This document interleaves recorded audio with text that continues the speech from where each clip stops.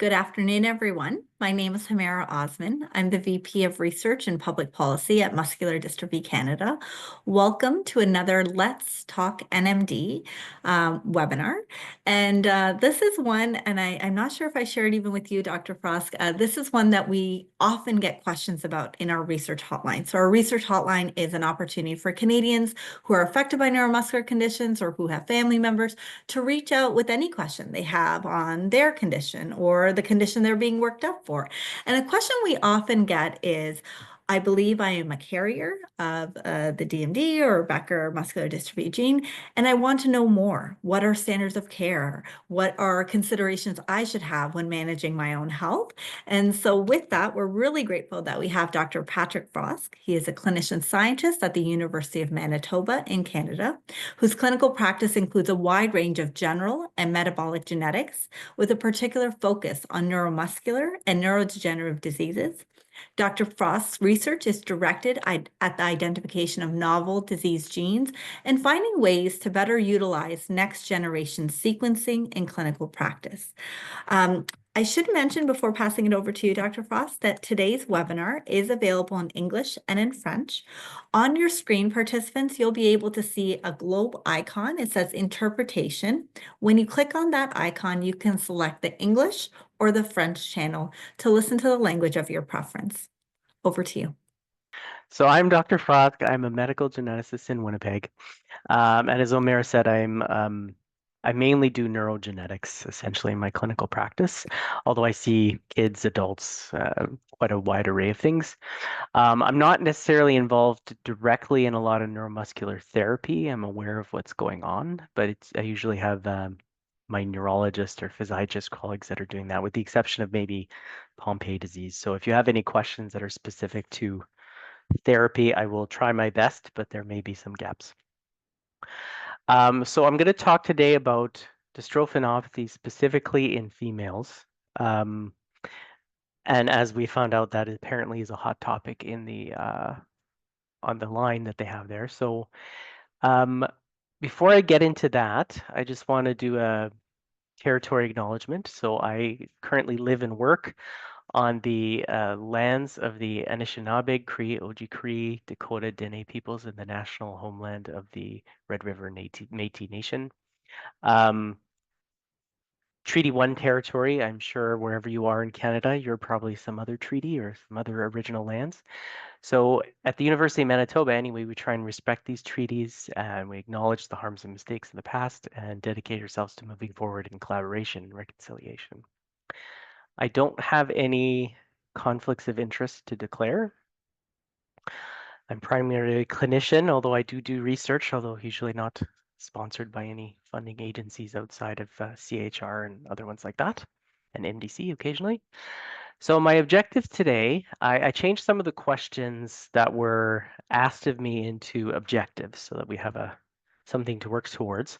By the end, I want everybody to be able to at least briefly describe the pathophysiology of dystrophinopathy and how X-linked inheritance works. I'm aware that a lot of you probably, if you have been connected in some way with Duchenne muscular dystrophy or Becker muscular dystrophy, you probably know some of this already, but just so everyone's on the same page, we're going to talk about the implications for females that harbor pathogenic dystrophin variants, what the process would be to get genetically tested if you have not been already, and some of the manifestations that you can see in females. And then I'll tie it off with the current prospective screening recommendations. So as I'm sure most of you are aware, this group of disorders, nowadays at least, we like to call dystrophinopathies. So this incorporates Duchenne muscular dystrophy, Becker muscular dystrophy, and some of the other rarer phenotypes that are associated with the same gene. They can be isolated heart problems, or you can have a problem called rhabdomyolysis cramps and myalgia. So quite a broad range of different phenotypes, even though Duchenne is probably the one that everyone knows the best. And it's really a spectrum of severity, but there's also additional tissue-specific components, and then of course, gender expression, whether it's male or female. So a lot of the variability here relates to that, but also the types of variants that you might find in this gene. So I will try and use dystrophinopathy whenever I can rather than DMD or BMD, because that's the appropriate term. But if I slip every once in a while, so be it.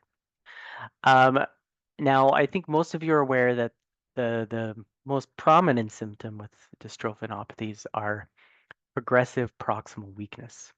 So degeneration and destruction of the muscles that are closest to the body, leading to progressive weakness. And this is a spectrum, and arbitrarily, we kind of have a cutoff point where we define it as either Duchenne or as Becker. But the reality is that those points are made up. The truth of biology is that it is a spectrum, and you can fall anywhere on that spectrum in severity. We do use these terms, though, because they are somewhat convenient, because it gives us a group that we can use to define the best case scenarios for therapy and prognosis and stuff like that. So they do have use, even though the truth is it is a spectrum. There are high CK levels or creatine kinase levels in the blood. That's a pretty common feature due to the muscle destruction. And we'll talk about why in a bit. You can get muscle cramping, so hypercontraction of a muscle that's painful, either with exercise or at rest. Anyone can get cramps at rest. Some people with dystrophinopathies, though, can get cramps with exertion. So that's where this comes in. Myalgia just means chronic muscle pain, kind of an achy feeling in your muscles. Rhabdomyolysis is a atypical event. It doesn't happen a lot, but when it does happen, it can be quite dramatic. This is where a lot of muscle gets destroyed all at once acutely in a person that has a dystrophinopathy. Usually there's some kind of multifactorial triggers here that might cause this, infectious illnesses, fasting, dehydration, etc. Eventually, if the muscles close to the body get weak enough, you'll start getting respiratory muscle impairment, and you might not be able to ventilate properly while you're lying down. And so some people need respiratory supports. And then finally, the dilated cardiomyopathy is something that maybe comes may come later on in the course after the neuromuscular component has really developed, or it may come early and maybe one of the first signs, depending on the variant or the family. So from a tissue specificity standpoint, the bulk of the symptoms we're talking about are in the skeletal muscles. So these are all the muscles that, of course, help you move around, that you can voluntarily control. And that's where your weakness, your cramping, your myalgia, rhabdomyolysis come from. Heart muscle, though, is affected as well. Heart muscle is formed in a very different way than skeletal muscle. And so it acts differently as well, but dystrophin is used in the heart as well, and so it's not surprising that there can be a heart component. And then finally, it does affect the brain, although it is somewhat subtle. There is a small amount of dystrophin that's produced in the brain. We don't really know what it does though. And we do notice though that boys with Duchenne muscular dystrophy tend to have learning challenges above and beyond their motor issues. So we blame it on that dystrophin expression, but we really haven't sorted out why this happens yet. So before I get into clinical implications, I thought it would be a good time to talk about muscles in general and why an abnormality with dystrophin leads to the symptoms it does. Okay. Um, Forgive me, I talk with my hands a lot, so hopefully you can see my picture. Um, so this is just a picture of a muscle that's zoomed in again and again until you can see the individual cells.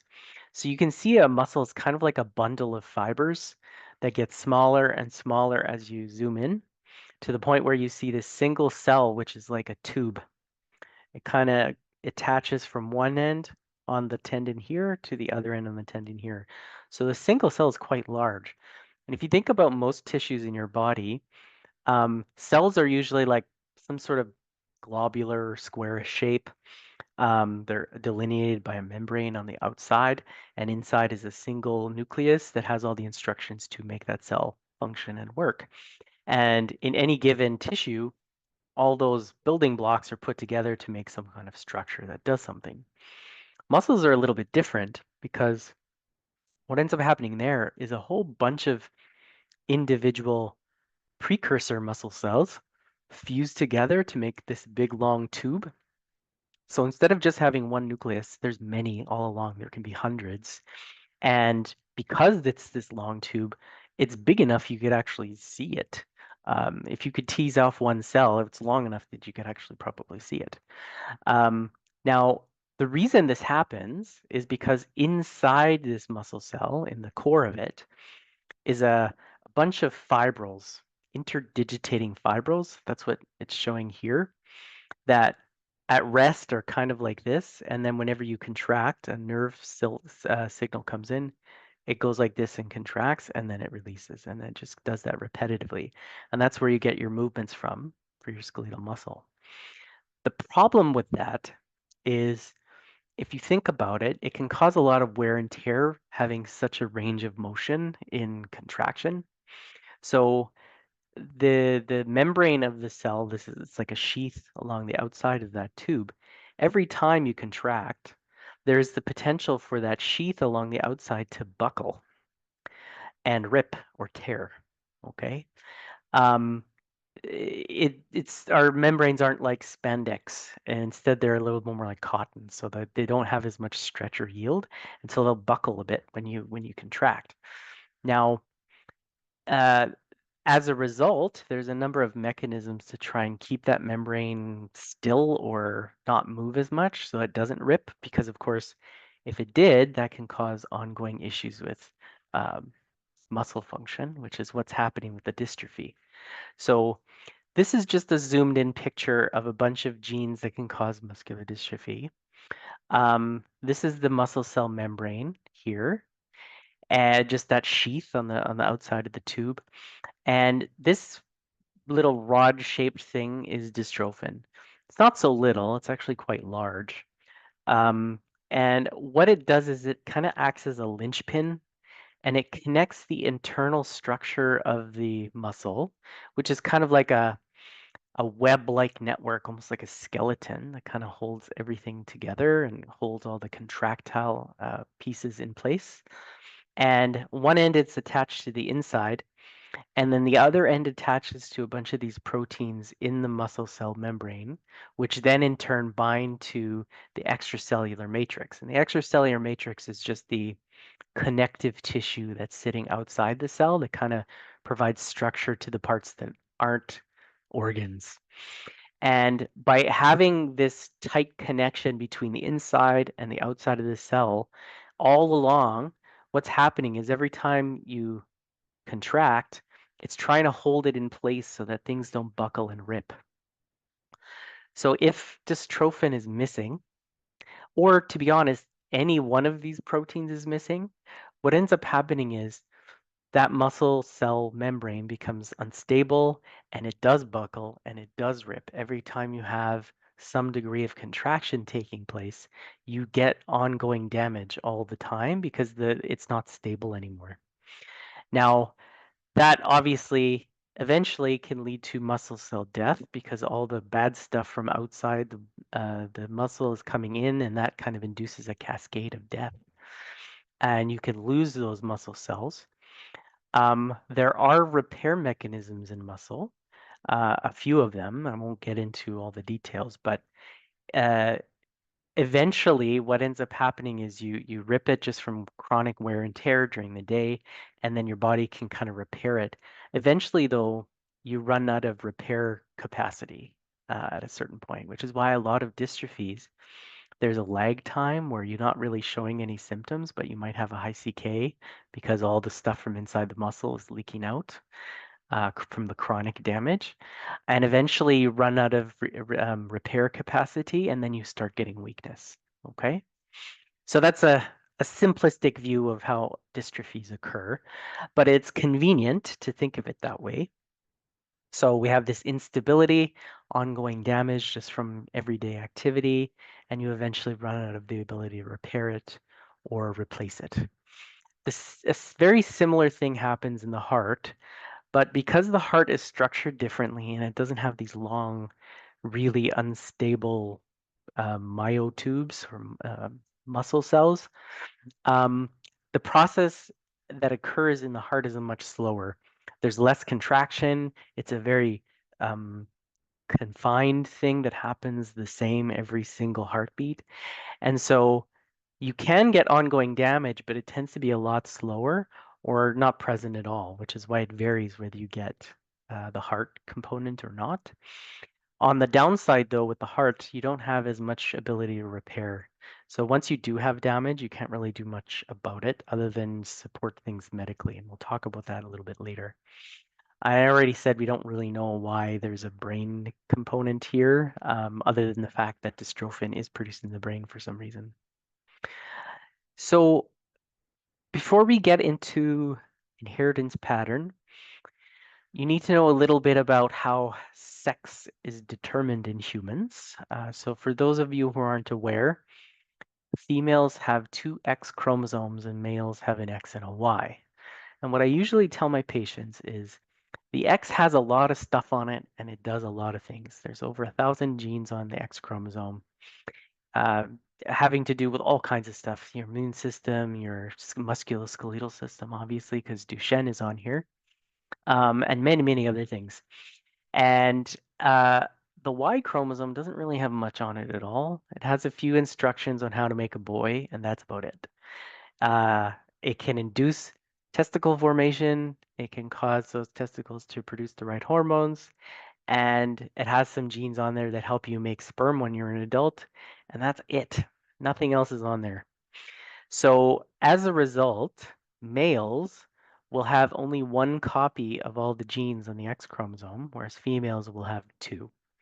So for all the other chromosomes in your body, all 22 other pairs, you have two copies of everything.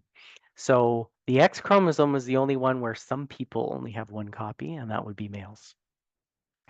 So the consequences of that are if any of these 1,000 genes has an abnormality in it that keeps it from working, males, because they only have the one copy, will typically show the symptoms. And females, because they have two copies, they have a normal one on the other side to kind of compensate, may have varying symptoms, either none or milder versions of what the males can get. And it all depends on the gene. So there are some genes where, even though they're on the X chromosome, females will almost always get symptoms. A good example of that is a condition called Fabry. Other conditions where you have almost never a female symptom at all. And then other things that are in between. And I would say dystrophin is somewhere in between, maybe on the higher symptom mark than lower. So whenever you have an abnormality on the X chromosome, we call that X-linked inheritance. We've been trying to avoid the term recessive and dominant lately, although it is on some of my slides. Males will typically always show disease. Females will only show disease in certain contexts. So historically, a typical female would be called a carrier, and if they showed any symptoms, we call them a manifesting carrier. We're trying to move away from that because there is this impression that the idea of a carrier being completely benign outside of um, reproductive issues, and that's not really true. And so we're trying to get past this point so that people still think of carrier status as being an issue that might be related to the symptoms you're seeing in your patient. And so rather than using manifesting carrier, we've started trying to just call everybody that has symptoms from a dystrophin abnormality dystrophinopathy, whether you're male or female.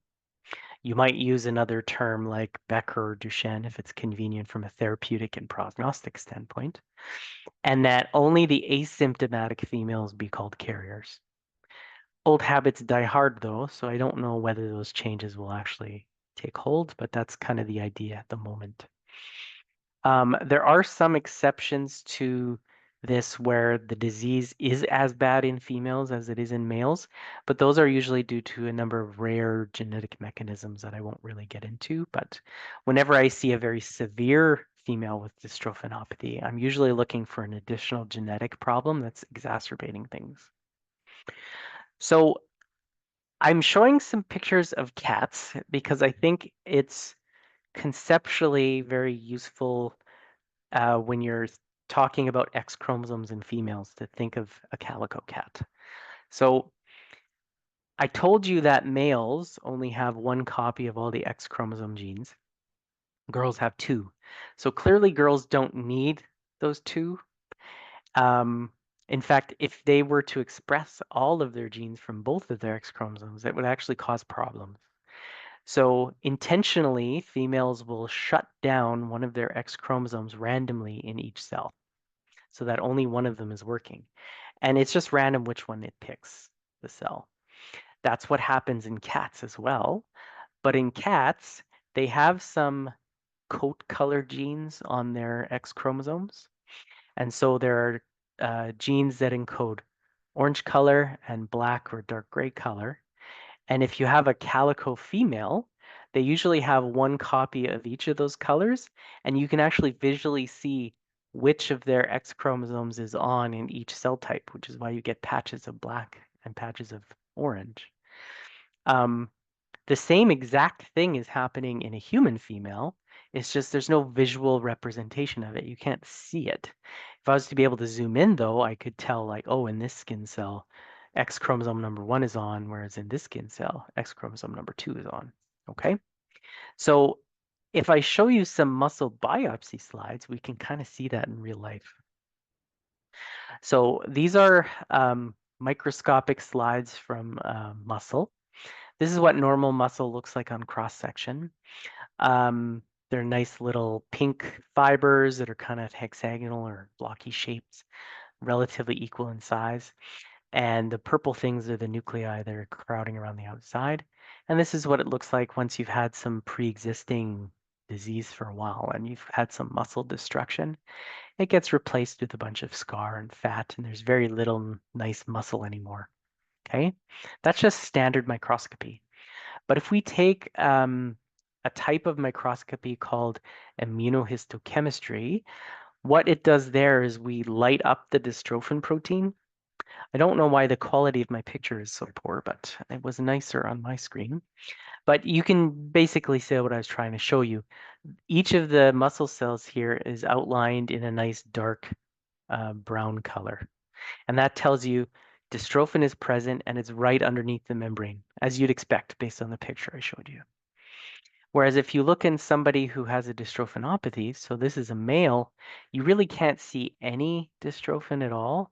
These little bits here are just artifact. It's not actual real staining.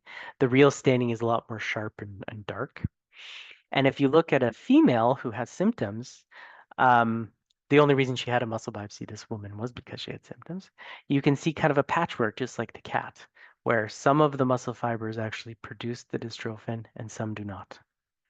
And this is the core reason why you get varying symptoms in females, because you never know which tissues have the bad X chromosome, the one that has the spelling mistake in dystrophin, which ones have it on and which ones have it off. And of course, the ones that have it off have the normal one on, and so those ones are the healthy fibers, whereas the other ones aren't. And so it can be quite patchy. You might have a whole muscle that's just affected with the bad X, and then that one would show similar symptoms to what would be in a male. Usually, though, it's more of a checkerboard like this.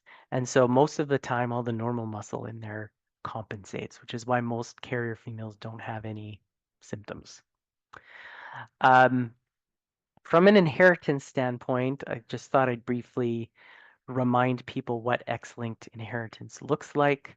So most of the time with a Duchenne at least, you're probably talking about a situation like this, where you have an affected boy in the family and the mom is a carrier.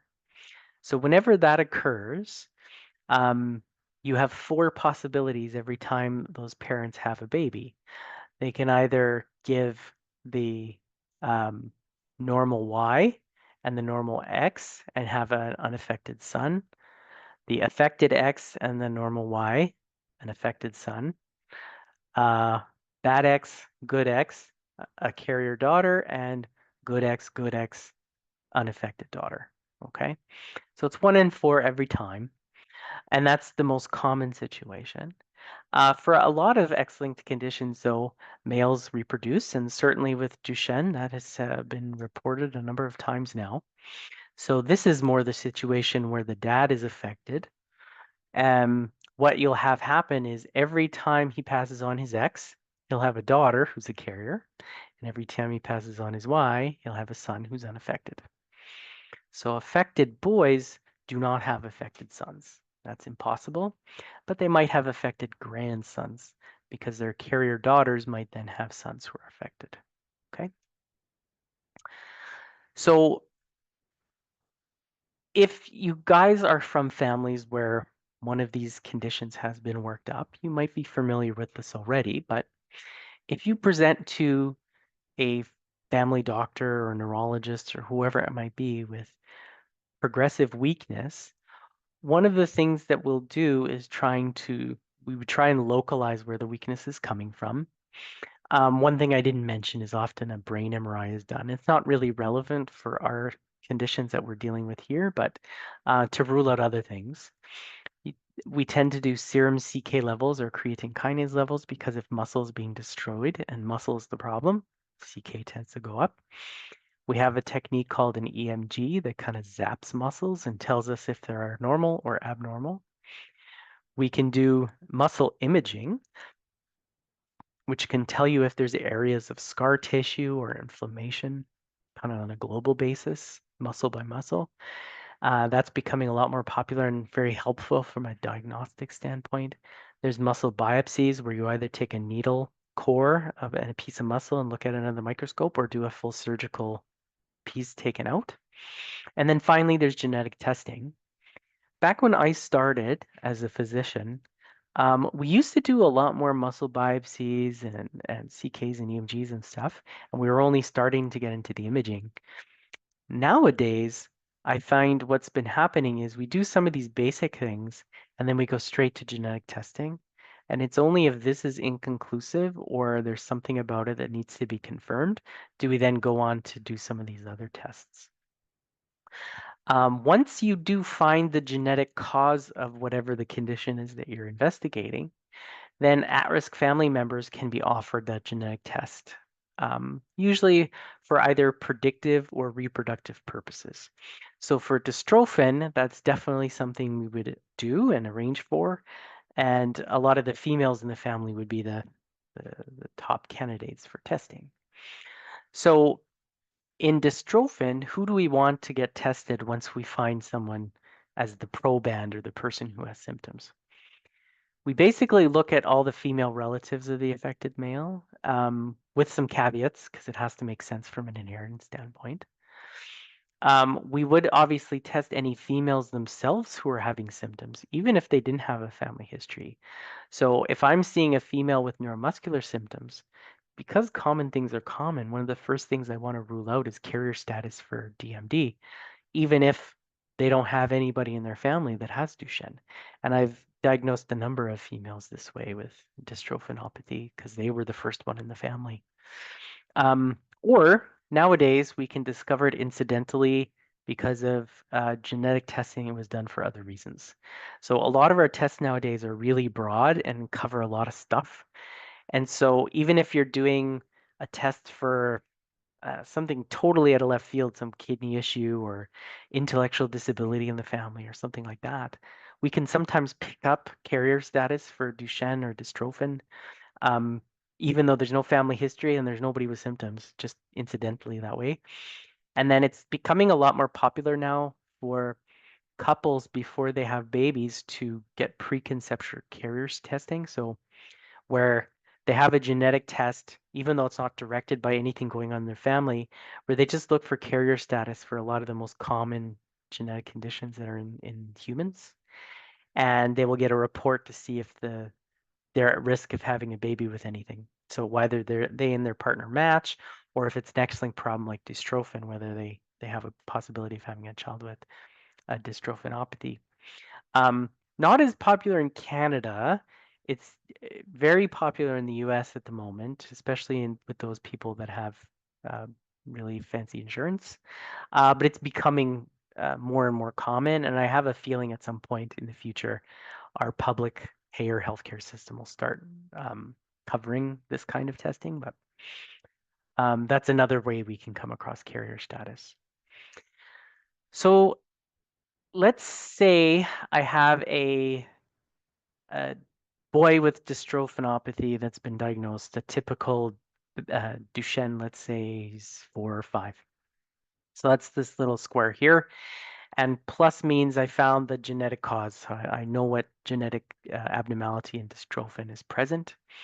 So the next thing I would want to do with this family is the mom a carrier or not? And test her for the same abnormality.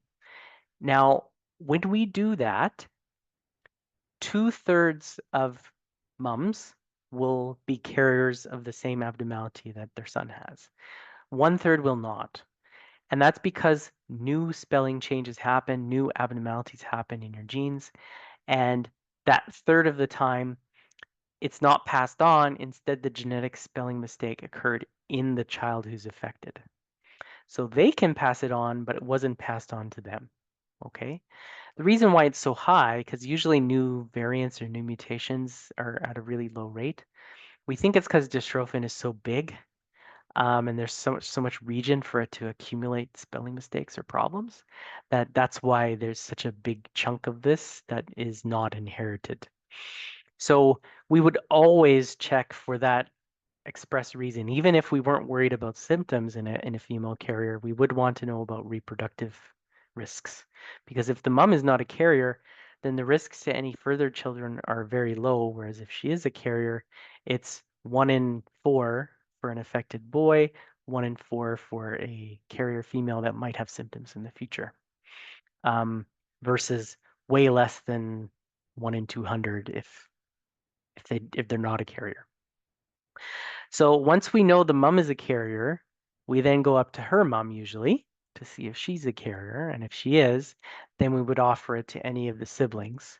Because of course, just because she's a carrier doesn't mean she could be the first one and this mom might not have it, right? And then in this situation, we would then go test this woman. Now, there are 2 other people at risk here, these 2 young ladies.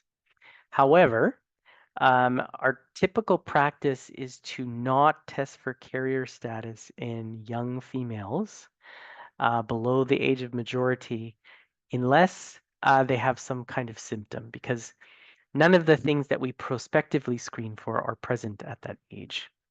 And we want to keep their autonomy, and we don't want to like have all these reproductive implications if they don't walk in with open eyes.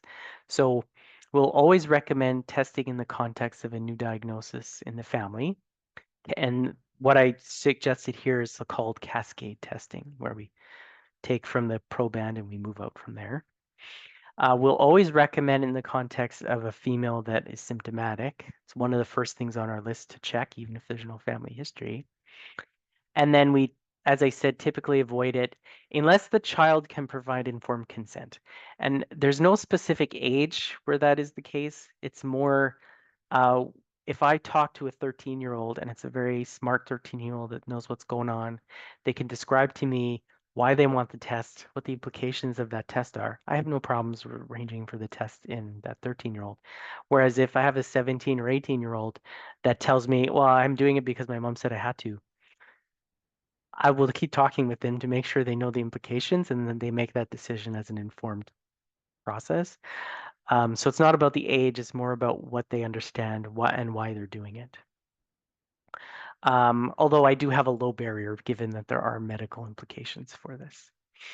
So some of the barriers that people tend to come across in genetic testing in females are more logistical than anything else, I think. So I find that a lot of non-genetics practitioners, so if you're seeing a neurologist, a physiatrist, a family doctor, a pediatrician, whatever it might be, um, there is a reticence to think outside of their patient in front of them. And that's a medical culture thing. Um, we do tend to hyper focus on the person in front of us to the exclusion of their family.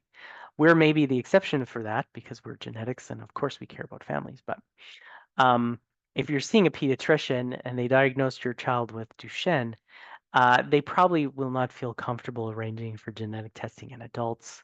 They might not feel comfortable telling them what it means and all that kind of stuff. Vice versa, if you're seeing an internist in the adult side, they're not going to be comfortable arranging for testing in kids. If someone's not their patient, they might not be interested in arranging for all that.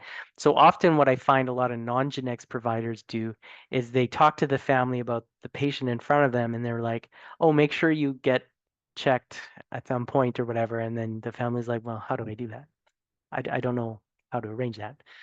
Um, so the other barrier to genetic testing is there tends to be a focus from a lot of medical professionals on the reproductive consequences of being a carrier of dystrophin as opposed to the personal health consequences. And that's kind of downplayed. And so if you're not having any more babies, they just kind of ignore it, or if it's not something you push for, it just doesn't come up. And then the last thing is often on the side of the person being tested, there are a lot of people that are concerned about discrimination based on your genetic information. And that is certainly a reasonable thing to be worried about in some places in the world. Canada is not one of those places, though. So we have a very good law called the Genetic Non-Discrimination Act that protects people's genetic information from disclosure to insurance companies or employers. Anyone who might discriminate against you based on what's in your genes. Um, so the way it works is it's essentially forbidden material for them.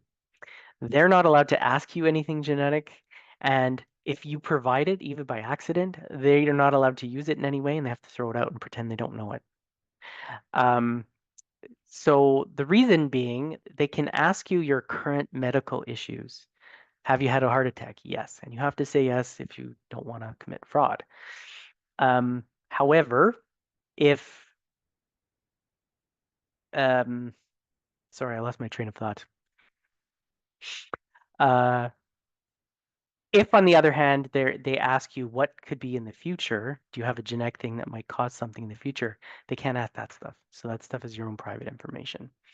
So at least here, that is less of a concern, although there's still a lot of people that don't know this act exists. So that's part of why I brought it up today. So let's focus in on carrier females in a little bit more detail now. What are the health consequences of being a carrier? So the bulk of the time, it's no symptoms. So these people truly are carriers. So this part here is all the neuromuscular consequences of being a carrier. And then this is, of course, the cardiac. So most people either have no symptoms or they just have an asymptomatic elevated CK in their blood, and that's it. They'll never have any other problems, and that's about 75 to 80% of women. About 5% of women will have exertional cramps and muscle pain and a tendency to get rhabdomyolysis with some sort of trigger. Okay, and like I said, that's usually a multifactorial event with some infection or fasting or whatever it might be. Not a large chunk, but it's a real chunk. And if you're dealing with these symptoms, it's certainly concerning to you. And then at the most severe end of this spectrum that you see with neuromuscular is progressive weakness. And this 15 to 20% is all comers. So from females that have as severe as any male when it comes to weakness, to those that only have mild weakness that you only pick it up when you're actually examining them and it doesn't cause any functional problems. So it's a pretty wide range in that 20%. But it is 20%, which is a substantial chunk compared to, say, most X-linked carriers. The dilated cardiomyopathy is somewhere between 8 and 20% and is totally independent of what's happening with the muscle. That's why it's separate here. So you can have those who are asymptomatic and then develop dilated cardiomyopathy, those that have actual neuromuscular symptoms who develop dilated cardiomyopathy. And then this rate here might seem a little scary, up to 20%, but this is also a range of things as well. The 8% are probably the ones that have true dilated cardiomyopathy that require medications, pacemakers, or other implantable devices and might go on to transplant. And the 20% includes a bunch of women who have some degree of dilation of the heart. So there is some effect, but it hasn't progressed and it doesn't progress over time. So those ones we watch very closely, and as soon as they start progressing, then we treat them. But there is this big chunk of women who show some milder effects that just don't ever go on to have the biggest problem. So if you were to be have an effect from your carrier status, there are therapies available. So obviously, if you're asymptomatic or just have a high CK, you're not really affected, so therapy's not needed. If you're in the group of cramping, muscle pain, and this tendency to rhabdomyolysis, there's not a lot you can do about this, unfortunately.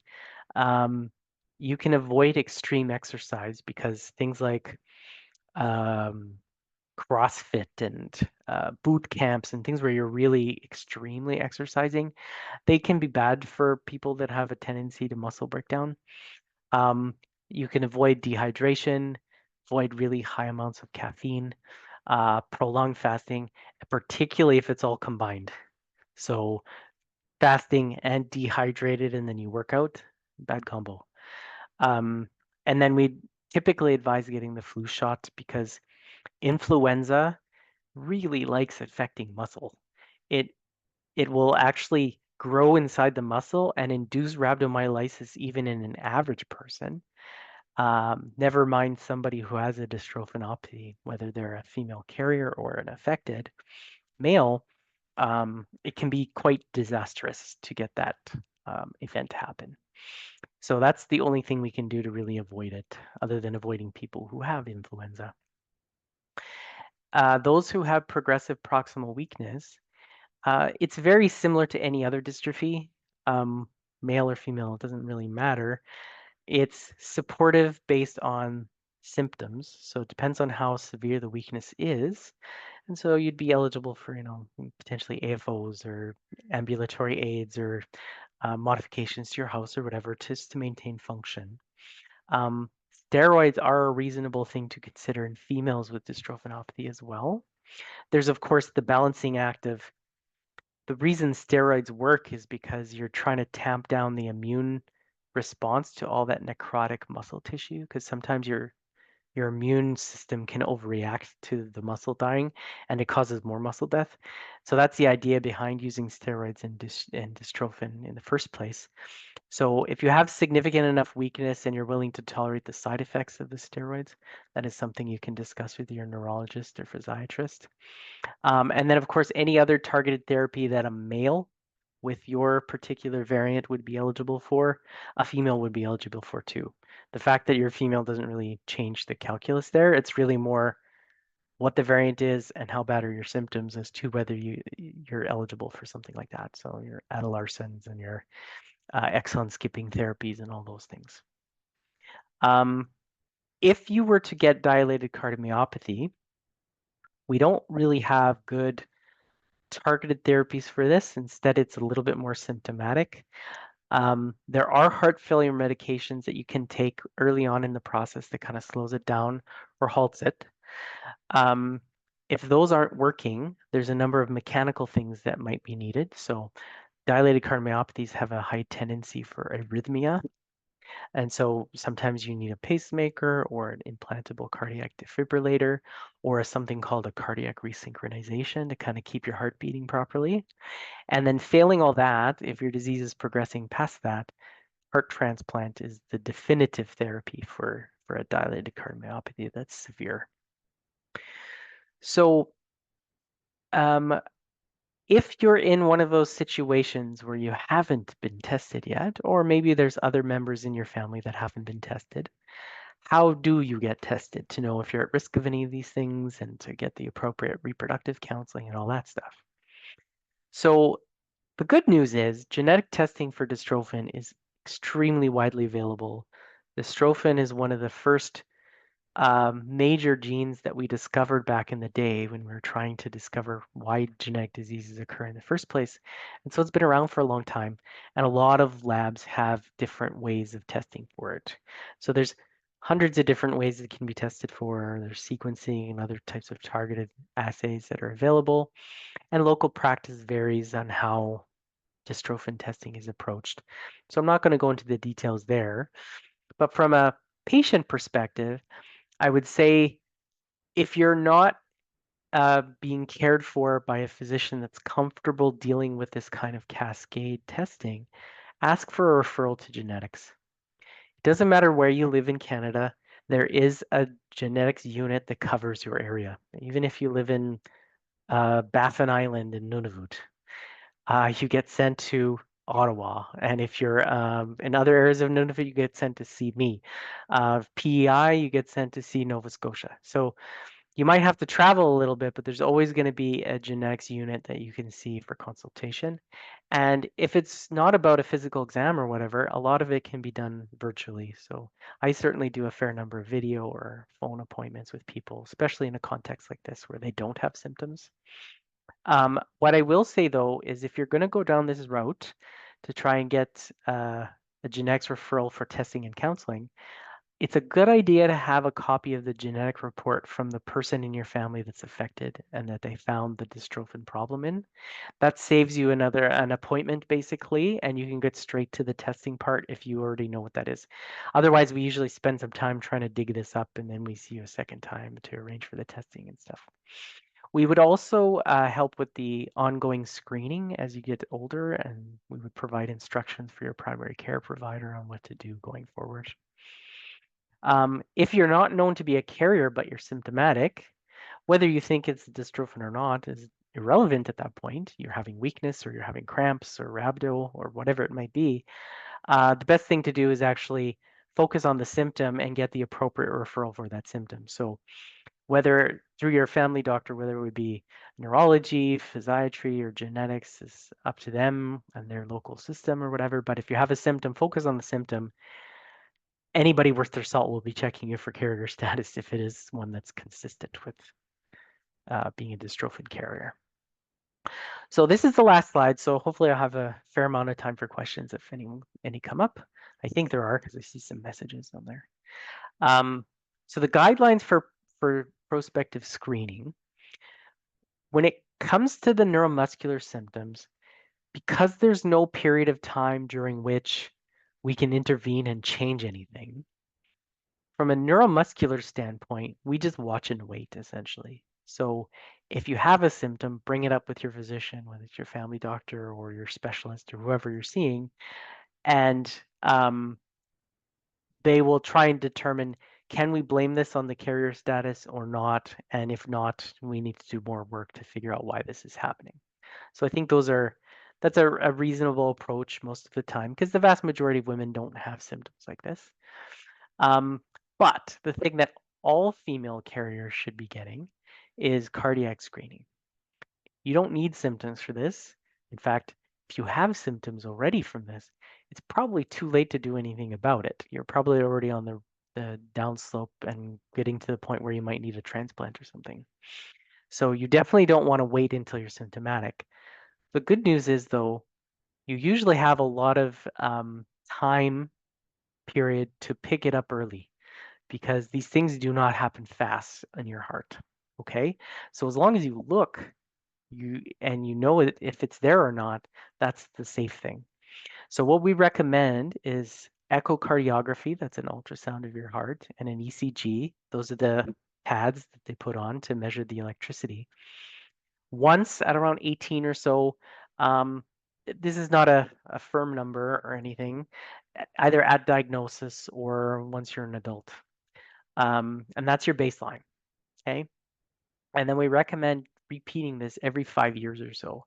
And that gives us enough opportunity to pick it up early so that if we do see it, we can either watch it a lot more closely. So if there's mild dilation, cardiology will often see you every year at that point and then track it closely to see if it gets any progression. And if there's progression, then they treat.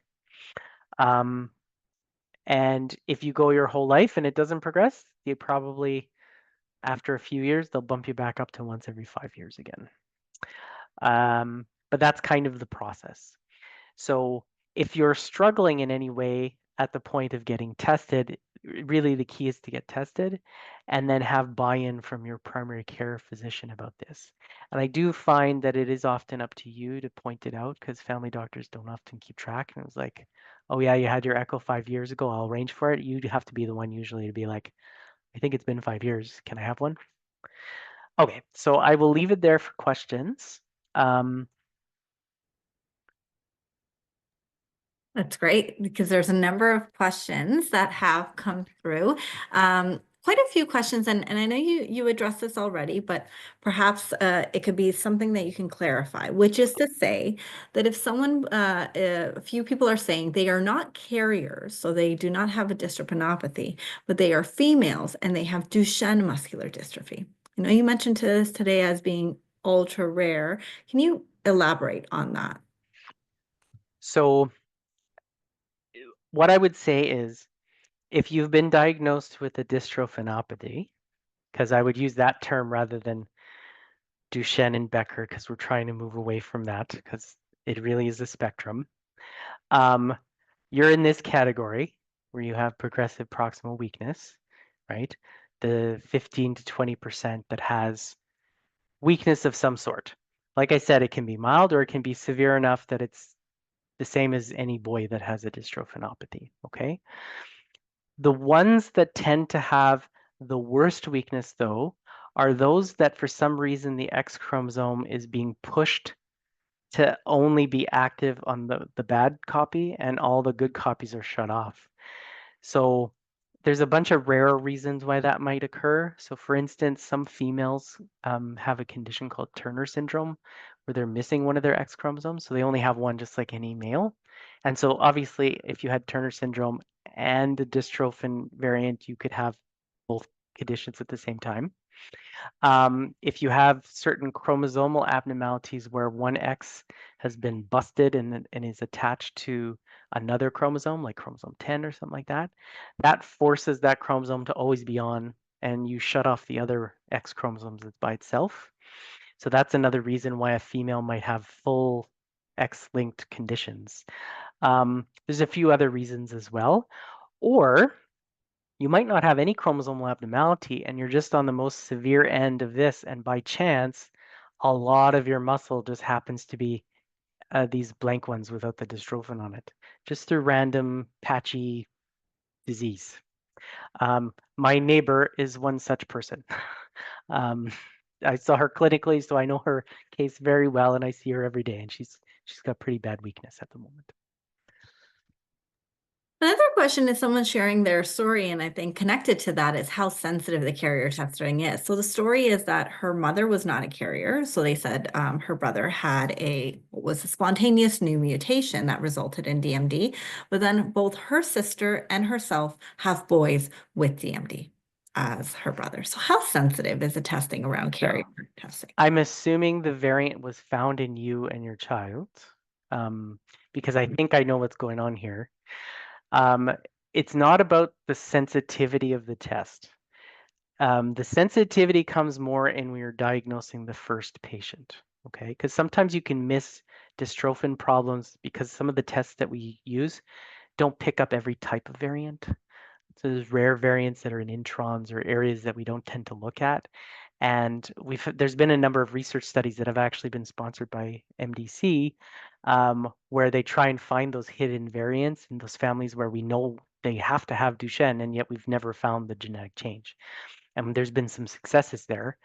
But the typical tests that we do will pick up most things, like well over 90% of the variants that are out there. Um, but the issue is in this situation where you have the 1/3 here, where the mom doesn't have the carrier status, but we found it in the child. It's not a sensitivity issue. It's the fact that we tested her blood and her blood doesn't have the variant that causes dystrophin. Okay. And usually, most of the time, that means There aren't anywhere in her body that has dystrophin abnormality, but there's a small chance that this woman actually does have the dystrophin variant in her eggs and she can pass it on. So she might have it in her one leg and her ovaries or something like that, but it's not in her blood, so we can't pick it up, but she can pass it on to other kids. So we call that rare situation gonadal mosaicism, and I've come across it a number of times. I have a feeling that might be what's going on in the family that is being described. Um, we do, whenever we do this counseling, we tell those third of females that the risk isn't zero, it's just low. It's like 1 in 100 or 1 in 200 that they have another child with Duchenne, and that's because there's always a small number of women in that group that have this gonadal mosaicism. Thank you. Another question, which is cardiac MRI for female carriers a standard of cares, and in particular in Canada or in the US? So yes, but not as the screen. Uh, typically, I mean, you might get it as a screen if you have a fancy insurance policy in the US, although it's probably overkill. So what we typically do is we use the echo as the screen because it's pretty sensitive. Once we see any dilation, you not only get increased surveillance by echo, you usually also have a cardiac MRI as well, so that they know whether they can just keep watching it or whether they have to treat you immediately. Because you can see scarring on a cardiac MRI that you can't see with an echo. So that's usually at the discretion of the cardiologist as to when they need the echo or not, or when they need the CMR or not. Um, it's not part of the screening though, where we're looking at asymptomatic women who don't have any problem yet. It's more if we're suspicious there is a problem. If someone has Becker muscular dystrophy, could their future children have Duchenne muscular dystrophy? What are the chances? So this person's son has Becker, and they're thinking about future grandchildren with Duchenne. So I would say that in general, the variants that cause the milder weakness that we typically call Becker are usually in a range where even if at the most severe end of it, we would probably still call it Becker. It would never get to the point where we would start calling it Duchenne. That doesn't mean it can't be more severe or less severe. It's just more in a range that's closer to the Becker. So if you think of, say, Duchenne as a bell curve here and Becker as a bell curve that slightly overlaps here, if you have a variant that causes Becker, you're going to be more in this bell curve here. There's a very low chance that you're ever going to overlap severe enough that anyone would ever call it Duchenne. Wonderful. I'll just do two last quick questions. 33-year-old male with Becker. His mom has muscle weakness since her 60s. Sometimes the blood tests have shown elevated CK or LDH levels. Sometimes all values are normal. Is it worth a genetic test for her? I would say yes. Um, a neurologist assessment and determining her carrier status as the first step. And then if they don't, if whatever is happening with your mom isn't consistent with being a carrier of Duchenne or a carrier of dystrophin, I should say, then they might want to do additional things to look for why she's got this weakness in the first place. So first step would be the carrier test. And I think that aligns with this next question. Mom is adopted and has no idea about medical history. Son has Duchenne, starting to experience pulmonary hypertension, cardiac issues. Will genetic testing tell me if I have Duchenne or Becker or if I'm a carrier? And she's 48 years old. So yes, presumably your son has had a test and we know the variant that's in the family. They would just check you for that. But the trick is you need to engage all of your caregivers, and as a group, they need to decide, okay, can we blame this on your carrier status or not? That's always the trick. That's part of the art of medicine, ultimately. Um, so I'm hopefully you have the right caregivers that can make that kind of determination. And if you don't, you would need a referral to see one. Wonderful. And I know we're at time. So with that, I wanted to thank you so much for a really clear and informative presentation. A lot of good information included that addressed many of the questions that come through the research hotline, and for taking the questions here through the chat. If we didn't get to your question, or if you have any additional questions based on the information, please reach out to research@muscle.ca. Thank you again, Dr. Fosk, for a great presentation and your time today. Thanks, No everyone. problem at all. Have a good rest of your afternoon. Take care.